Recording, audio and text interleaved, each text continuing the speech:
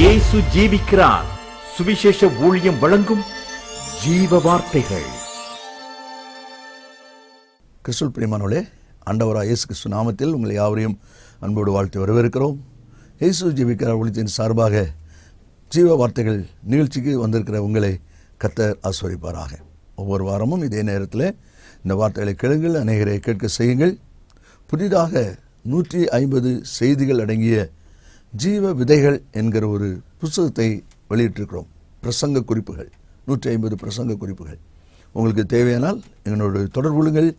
கர்த்தர் நம்மை ஆசீர்வதிப்பாராக. இந்த நாளிலும் தேவன் நமக்கு தருகிற வார்த்தையை நான் வாசிக்கிறேன், ஜெபத்துடன் கேளுங்கள். 2 ராஜாக்கள் 7ஆம் அதிகாரம் 9ஆம் வசனம். குஷ்டரோகிகள் ஒருவரை ஒருவர் நோக்கி, நாம் செய்கிறது நியாயமல்ல, இந்நாள் நற்செய்தி அறிவிக்கும் நாள். பொழுது விடி மட்டும் காத்திருந்தால் குற்றம் நம்மேல் சுமரும். இப்போதும் நாம் போய் ராஜாவின் அரண்மனையாருக்கு இதை அறிவிப்போம் வாருங்கள் என்றார்கள். சமாரியா பட்டணம் முற்றுகை போடப்பட்டிருக்கிறது. பட்டணத்துக்கு வெளியே 4 குஷ்டரோகிகள் இருக்கிறார்கள். சீரிய இராணுவம் சுற்றி வளைத்திருக்கிறது. இந்த நிலையிலே பட்டணத்துக்குள்ளிருந்து இவர்களுக்கு ஆகாரம் கிடைக்கவில்லை. அதனால அந்த 4 பேரும் ஒரு தீர்மானம் பண்ணுகிறார்கள், இங்கே இருந்தாலும் பட்டினியாலை சாகப் போகிறோம், சீரிய படைக்கு போவோம், உயிரோடு வைத்தால் பிழைப்போம், கொன்று போட்டால் செத்து போவோம் என்று சொல்லி அங்கே போகிறாங்க.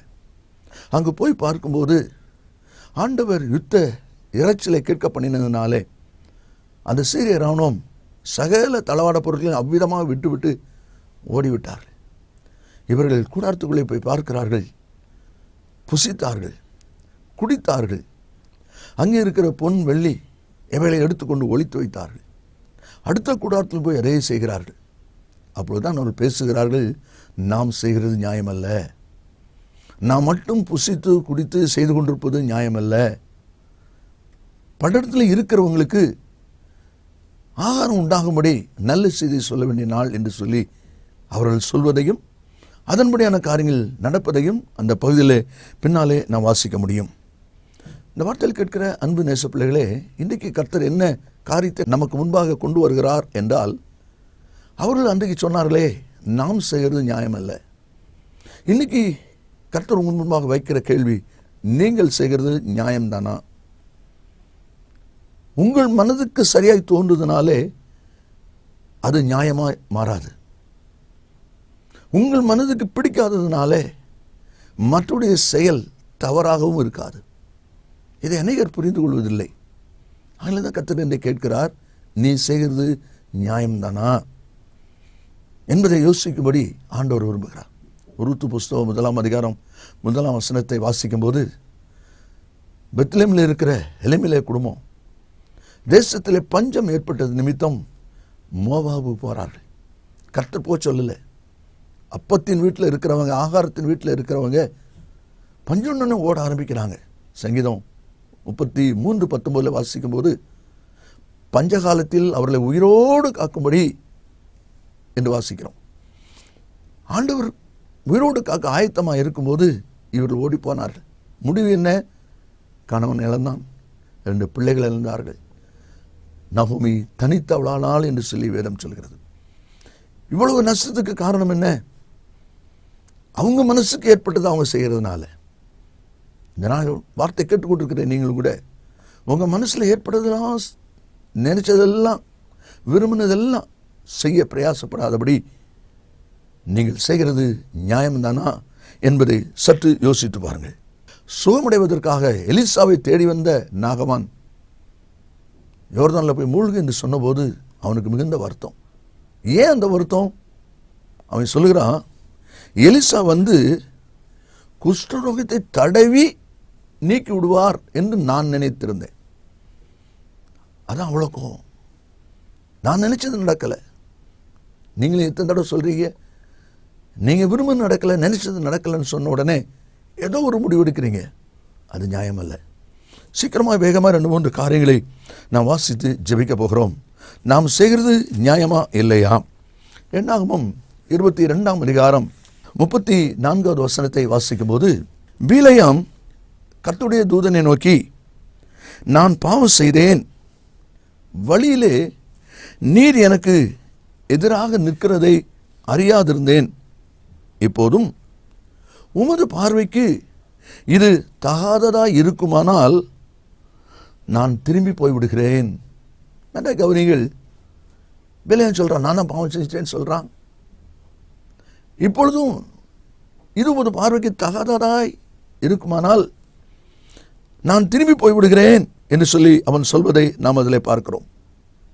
32 கர்த்தர் என்ன வார்த்தை சொல்லி இருக்கிறார்? உன் வழி எனக்கு மாறுபாடாய் இருக்கிறதினால் நான் உனக்கு எதிரியாக புறப்பட்டு வந்தேன். இவ்வளவு தெளிவாக கர்த்தர் பேசியிருக்கிறார். உன் வழி எனக்கு விலகி இருக்கிறது, எனக்கு மாறுபாடாக இருக்கிறது, நான் சொன்ன பாதை விட்டு வேறு விதமாக நீ போய்கொண்டிருக்கிறாய், அதனால தான் நான் உனக்கு எதிரியாக வந்தேன்னு சொல்லுகிறார். இதையும் கேட்டுக்கிட்டு அவன் சொல்றா, இது தகாததாக இருக்குமானால், தன்னை உணராத வாழ்க்கை, அப்படியானால் நீ செய்கிறது நியாயமல்ல. எது? தன்னை உணராத வாழ்க்கை, தவறை உணராத வாழ்க்கை, குறைவை உணராத வாழ்க்கை, மீறுதலை உணராத வாழ்க்கை. அதைத்தான் முதலாவது வாசிக்கிறோம். அவங்க சொன்னாங்க, நாம் செய்கிறது நியாயமல்ல. இன்னைக்கு நீங்கள் செய்கிற காரியத்திலே முதலாவது கர்த்தர் சொல்லுகிறார், உன்னுடைய தவறை, குறைவை நீ உணராதிருப்பது நல்லதல்ல. ஏனென்றால் தெளிவாய் அந்த வார்த்தை சொல்லப்பட்டிருக்கிறதை நாம் அதில் பார்க்கிறோம். அப்படி இருந்தும் அவன் அப்படியே கேட்கிறான். கர்த்தர் சொல்றாரு, இந்த 3 விச கழுத உன்னை எனக்கு விலக்கிட்டு, அதனால தான் நீ பிழைச்ச. இவ்வளவு சொன்ன பிறகு சொல்றான் பாருங்க. யோபு 19:4 வாசிக்கும் போது, நான் தப்பி நடந்தது மெய்யானாலும் என் தப்பிடம் என்னோடு தான் இருக்குதுன்னு சொல்றான். உன்னத பாட்டு 1:6 நான் கருப்பாக இருந்தாலும் அழகாக இருக்கிறேன். இந்த வார்த்தைகள் எல்லாமே குறைவை உணராத ஒரு வார்த்தையாக இருக்கிறது. அப்படினால் முதலாவது கர்த்தர் சொல்கிறார், உன் தவற உணராத வாழ்க்கை நியாயமான வாழ்க்கை அல்ல. இரண்டாவது கர்த்தர் நமக்கு கொடுக்கிற வார்த்தை சாமுவேலின் 2ஆம் புஸ்தகம் 11ஆம் அதிகாரம் 1 வசனத்திலே நாம் வாசிக்கும் போது, தேசத்திலே யுத்தம் நடக்கிறது. அந்த யுத்தத்திற்கு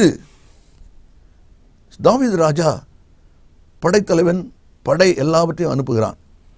யோவாபையும் அவனோட கூட சேவகரையும் இஸ்ரவேல் அனைத்தையும் அம்மோன் புத்திரரை அழிக்கவும் ராப்பாவை முற்றுகை போடவும் அனுப்பினான். யுத்தம் பண்ணுவதற்கு படைத்தலைவன் யோவாப், படை வீரர்கள் எல்லாரையும் அனுப்பிவிட்டான் தாவீது. ஆனால் என்ன சம்பவம் நடக்குது? தாவீதோ எருசலேமில் இருந்து விட்டான். யுத்த சேனை புறப்படும் பொழுது தாவீதும் யுத்த சேனைக்கு போயிருக்கணும். ஆனால் அங்கே போகாதபடி அவன் இங்கே நின்று விட்டதை பார்க்கிறோம். விளைவு என்ன? ஸ்நானம் பண்ணுகிற ஒரு ஸ்திரியை பார்க்க, அவளை தனக்கு மனைவியாக்க, அதற்கு அவள் புருஷனை கொலை செய்ய, இந்த காரியம் கர்த்தருடைய பார்வையில் பொல்லாததா இருந்தது. ஏன் இப்படிப்பட்ட ஒரு விபரீதமான சம்பவம் இங்கே ஏற்பட்டது? தாவீது வாழ்க்கையில் வந்தது. யுத்தத்துக்கு போக வேண்டிய தாவீது எருசலேமில் இருந்து விட்டான். இந்த வார்த்தையை கேட்கிற அன்பு நேச பிள்ளைகளே, ரெண்டாவது எது நியாயமல்ல? கர்த்தர் உன்னை என்ன செய்ய சொல்லியிருக்கிறாரோ நீ எங்கே இருக்கணுமோ அங்கே இருக்கணும். என்னிடத்தில் பொதுவாக இதை செய்யலாமா போகலாமா அப்படின்னு கேட்பாங்க.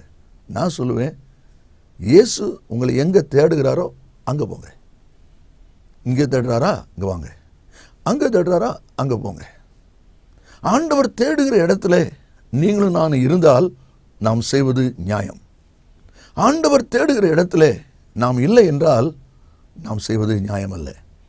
யுத்தத்துக்கு போக வேண்டிய தாவீது எருசலேமில் இருந்தபடியினால் ஒரு கொலைகாரனாய் மாறிவிட்டான். ஒரு முறை நாங்கள் சிஷ்ய ஊழியத்து போகும்போது எங்களோடு வர வேண்டிய ஒரு சகோதரர் வயலுக்கு தண்ணி பாய்க்க வேண்டும் என்று சொல்லி, இன்றைக்கி நான் வரல, நான் தண்ணீர் பாய்க்கணும்னு சொல்லி இருந்து கொண்டார். நாங்களும் போய்விட்டோம். சாயந்தரம் ஊழியம் முடிந்து திரும்ப வருகிறோம். அவரை விசாரிக்கிறோம். அவர் போலீஸ் ஸ்டேஷனில் இருக்கிறார்.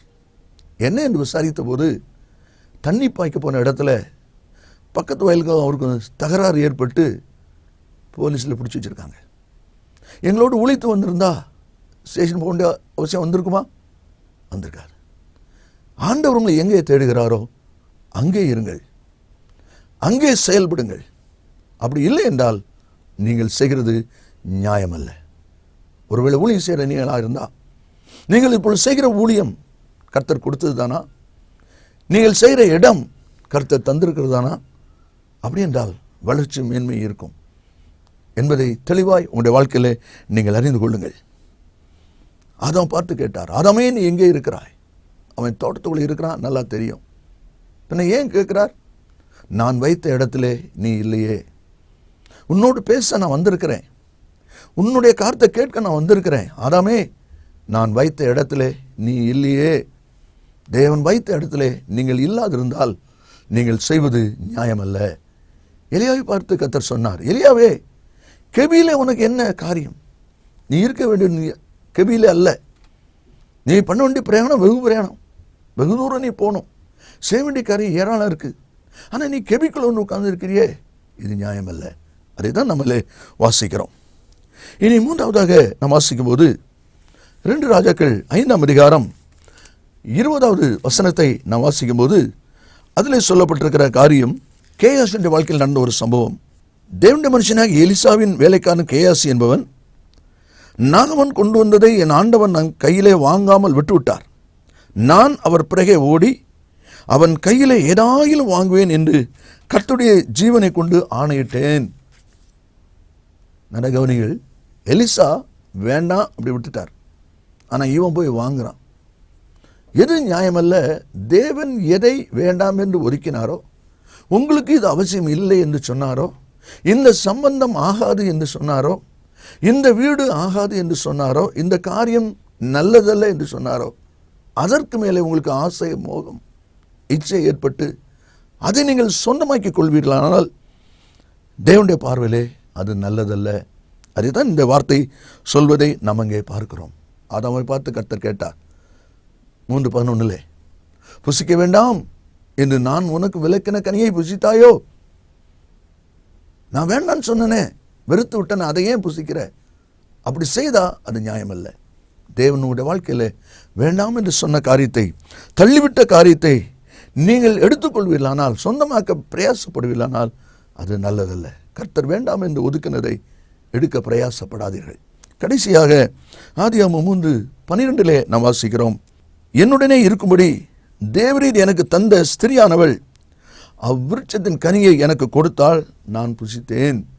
புசிக்க வேண்டாம்னு சொன்ன காரியத்தை புசித்தியோன்னு சொன்ன உடனே, ஆமாம் ஆண்டவரே, சாப்பிட்ட ஆண்டவரேன்னு சொல்லக்கு பதில், நீர் தந்த ஸ்திரியானவள் தந்தா புசித்தேன் அப்படின்னா என்ன சொல்லுகிறான்?